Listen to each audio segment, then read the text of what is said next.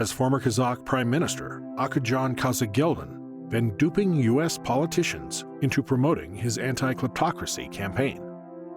Kazakh dissident Akezhan Kazhegeldin is spearheading an anti-kleptocracy campaign in America. Kazhegeldin, the former Prime Minister of Kazakhstan, has spent huge sums of money hiring lobbyists in Washington, D.C. to influence politicians. But what American lawmakers may not realize is that Kazhegeldin has repeatedly been accused of benefiting from corruption, even by the United States Department of Justice. Last year, Kazhegeldin's anti-kleptocracy campaign group filed applications with the U.S. State and Treasury departments, requesting that they sanction 6 Kazakh oligarchs. The exiled former prime minister, who fled his homeland in the late 1990s, has also tried to exploit the deadly unrest that erupted across Kazakhstan in January 2022. His lobbyists have written to dozens of U.S. lawmakers seeking meetings and offering briefings on the political situation in Central Asia. Kazhegeldin's efforts appear to be paying off. Duncan Hunter, a Californian congressman, spoke out in 2019 on behalf of Kazhegeldin's fellow dissident, Sergei Riskaliev, who had fled Kazakhstan facing charges of embezzlement in his homeland.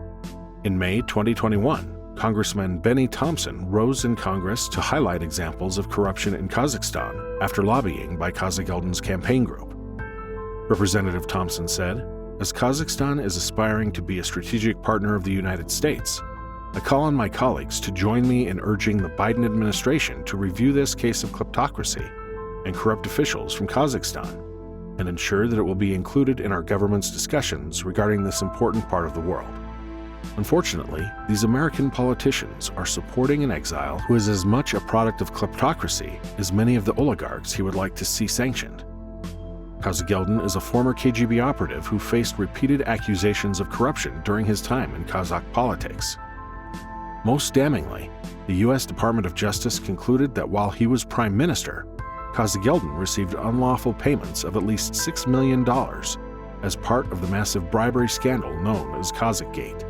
Justice Department identified Kazhegeldin as one of 3 senior Kazakh officials who allegedly received bribes from James Giffen, an American middleman who was negotiating oil deals in Kazakhstan.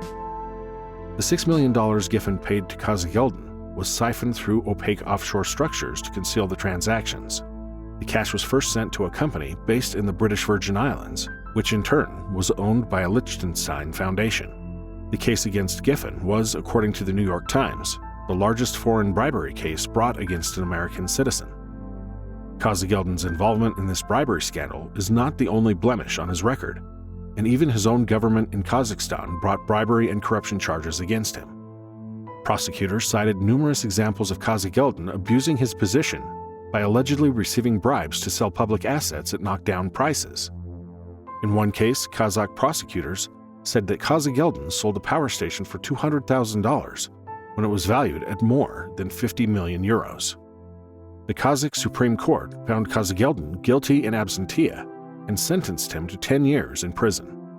In exile, Kazhegeldin made his home in London, where he has burnished his anti-kleptocracy credentials. But while advocating for action on corruption, Kazhegeldin lived in a luxury Belgravia property that was owned through murky offshore companies, similar to the opaque structures that are often used by kleptocrats to hide their wealth. The ex-Kazakh prime minister has also lived in properties owned via companies based in Jersey, Switzerland, and Liechtenstein, jurisdictions notorious for their low disclosure requirements, secrecy, and relaxed tax regimes.